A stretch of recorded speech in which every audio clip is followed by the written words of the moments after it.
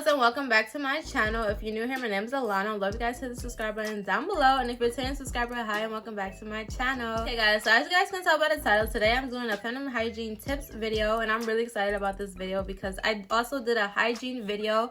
I will have that linked in the description box down below and also in the little eye here or there on the screen, so you guys can go and check that out. But today's video is going to be a feminine hygiene video, and I really like these videos because I learned a lot from other people's videos. I also just love hearing the different tips that, you know, I may not have known of previously before watching their videos and things like that. So I really enjoy these videos. I really like making these videos. So if you guys want, I can keep them coming, like a shower routine.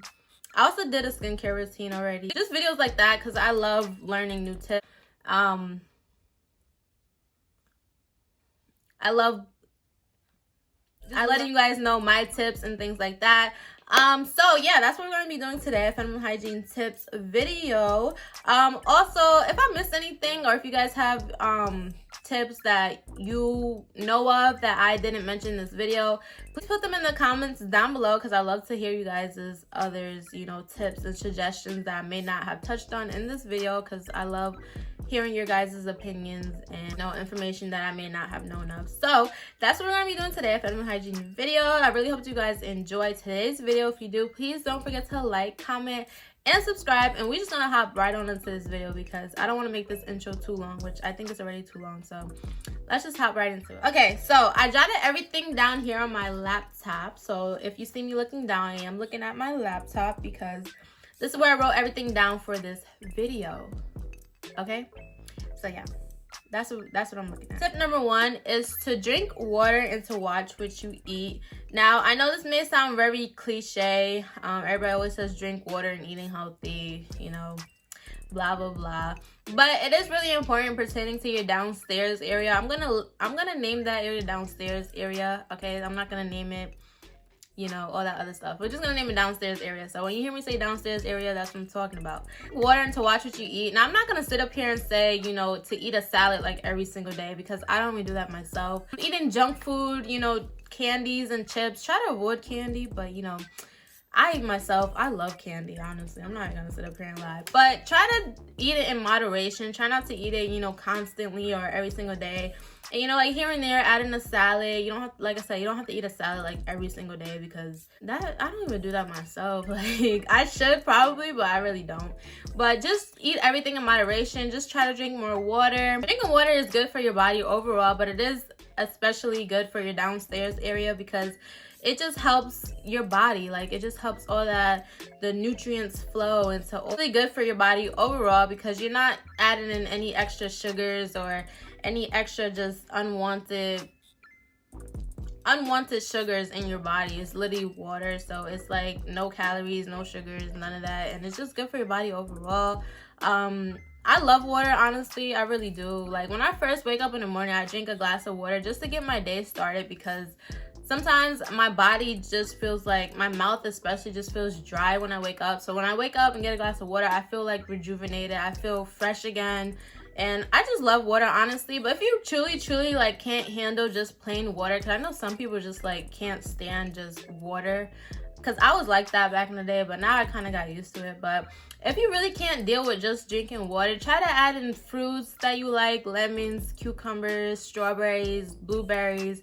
Try to kind of get like an infused water. So just making sure you're getting that water intake, because it's going to be good for your body overall, and your body's definitely going to thank you, because trust me, water is going to be your best friend. Like, it's just awesome. Okay, it's good for everything. It's good for your skin overall, your skin on your face. Like, water is just, it's gonna be your best friend. Okay, so that's just my tip number 1, is just drink water, and just make sure you're getting at least, I guess, like 3 cups a day if you truly can't stand water. But just try to get water in your diet somehow. Sleep with no underwear. Now, this honestly changed my life completely. Like, honestly, like, I don't know where I got this tip from, but I heard it, and then I was like, you know what, let me try it. So from that point on, I literally do not sleep in underwears like anymore. Like, it literally changed my life. Sleeping with no underwears is really good for your downstairs area, because it gives your downstairs area a chance to breathe and to actually get air and to just breathe. Because a lot of times, you know, throughout the day we're wearing jeans,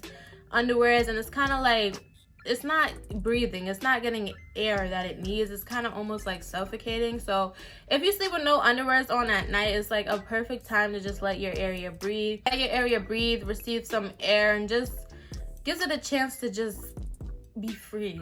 Okay, so in your period, you can't go to sleep in no underwears. I mean, that's kind of self-explanatory. But also, I know some people don't feel comfortable sleeping with no underwear. So if you don't, just, you know, wear like a light liner, like a really light liner, if you don't feel comfortable sleeping with no underwears. Also, if you don't feel comfortable, just don't do it. But I would suggest sleeping with no underwears because it definitely is a life-changing, it's definitely life-changing. Okay, I'm telling you guys right now, like, ever since I started, I can't, like, it's like not even normal for me now to like sleep with underwears on at nighttime. It's life-changing. Okay? Don't wear your pads or tampons for too long. Now, this is major because especially with tampons, it can cause toxic shock syndrome if you do leave your tampon in for too long. You always want to make sure you're just watching how long you put your pad on or your tampon on. Especially for me, when I do wear tampons, I do jot down the time that I did insert the tampon to just make sure that I'm on top of it and to make sure I don't forget about it, because sometimes tampons can be easy to forget about. So you just want to make sure, also with pads as well, just make sure you don't wear it for too long because that can create a lot of bacteria and a lot of infections to occur if you do leave it on for too long. So I would suggest wearing a pad for maybe about 2 to 3 hours, nothing more, because like I said, it gives it a chance to just grow bacteria and really create a bunch of infections that we do not want. So just make sure to just keep track of that. Also, with tampons, you want to make sure they're like soaked, because like if your tampon has not absorbed enough blood, it can hurt. Okay, so tampon is not cool. Okay, trust me, just trust me. Okay, it's not cool. So just make sure also it's actually like moist and absorbed a lot of moisture, because if the tampon is dry, it is gonna hurt when you are pulling it out. So just keep that in mind as well. But like I said, just keep track of how long you've had that pad in or tampon on, because it can really, I said pad in or tampon on. Pad on or tampon in, because it can create a lot of bacteria, unwanted things that we don't want. So just keep track of that. Wash more often on your period, because you know when you're on your period, you just feel like you just feel disgusting. Honestly, for me especially, like when I'm on my period, I literally will shower like 3 times in a single day because I just feel disgusting. So just try to shower more often on your period, because trust me, you'll just feel so much better. Everything during that time of the month is just irritating. So just make sure you clean yourself up more often than usual. Just take more showers, get yourself a heating pad if you deal with cramps, and just kind of also you can also exercise a little bit, like walking on your cycle as well. That can also help sometimes. But just do things that are gonna like just shower more often, because if you don't, you're just gonna feel yucky, like, and dirty, and it's just not fun. So just try to shower more often, because once again, we don't want any unwanted bacteria to form and to just build up during that time of the month, because that's not going to be cool. Okay, we don't want to wax instead of shaving. I know how horrifying waxing is, because waxing does hurt. Like, I'm not going to sit up here and say that it does not hurt. And I don't know, people said that it gets better over time, but for me, it still hurts. Like, waxing I feel like it's always going to hurt. If you can't wax, because I honestly know how hard that pain is. I'm telling you guys, like, that pain is not cool. So if you honestly can't wax, try to shave. But if you do shave, I suggest shaving with a brand new razor every time before shaving down there, because you don't want to go in with a razor that's dull or old, because that's just going to create a lot of bumps and ingrown hairs, because the razor is old. You want to go in with a brand new razor and try to get as close of a shave as possible. Comfortable doing either or, waxing or shaving, you can use V. Now, V is very similar to Nair, but I do believe that V is a little less harsh on your skin, if I'm not mistaken. So I do use Veet sometimes in my bikini line area, and what you do is basically just apply this to your skin and let it sit for a certain amount of time, and then when it's ready you just wipe it off basically with like a washcloth or anything like that. So you can also use this on your arms, on your legs and things like that. But also just you have to be very careful with this, because if you do use this down there, you don't want it to get in contact with any other part down there or in your downstairs area, because if this gets in your downstairs area, it's not going to be cool. So just make sure you're very careful with this and you pay very close attention to the instructions and to basically what you're doing, because this is very strong and we don't want this to get in contact with anything down there, because it's not going to be good. Like, it's not going to be good. But you can use it in your bikini line area, and sometimes I do use this myself. And like I said, it's a little less harsh than there. And it just says that it removes any type of hair, reduces ingrown hairs, and leaves your skin moisturized. This also is good for people with sensitive skin, like I said. So I would suggest Veet. You can get this from Target, Walmart. I got this personally from Amazon. You get it on Amazon. Basically anywhere, I believe any of your convenience stores will have Veet, but this is what it looks like. And I believe it retails for about, I'm not too sure, I put it on the screen, but I do use this sometimes if I don't want to wax or shave. And this is also a really good product that I do like to use sometimes if I don't feel like going through other methods of hair removal. Also, if you do sometimes deal with like ingrown hairs or bumps in your bikini line area, you can use this product right here, and this is 10 Skin, and basically this is an ingrown hair solution. So if you deal with, like I said, ingrown hairs down there, especially because sometimes I do deal with that sometimes, but this product right here is really like, it works, y'all. Like, this stuff works. This looks like this. I get mine from Amazon. I haven't seen this in stores yet. I don't think they have this in stores, so, but I know for sure Amazon does have this.